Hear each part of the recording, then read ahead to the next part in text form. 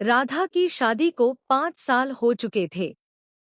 वह अपने घर और परिवार को पूरे मन से संभालती थी।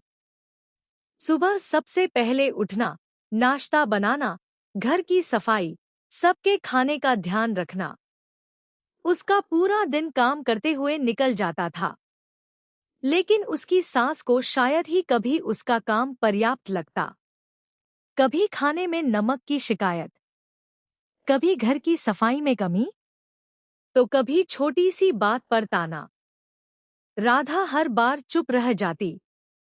एक दिन सुबह से लगातार काम करने के बाद वह अपने कमरे में गई और कुछ देर अकेली बैठ गई। उसकी आंखों में आंसू थे।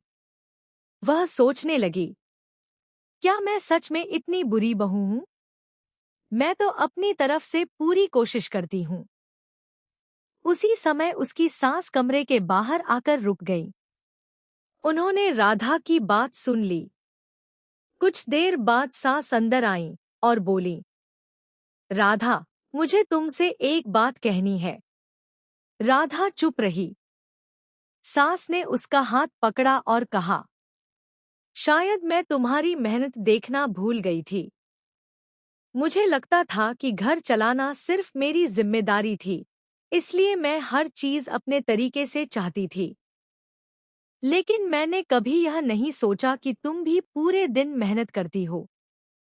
राधा की आंखों में आंसू आ गए। सास ने कहा, आज से अगर मेरी कोई बात तुम्हें बुरी लगे तो चुप मत रहना। प्यार से मुझे बता देना। उस दिन दोनों ने पहली बार खुलकर बात की। सब कुछ एक दिन में नहीं बदला, लेकिन एक शुरुआत जरूर हुई।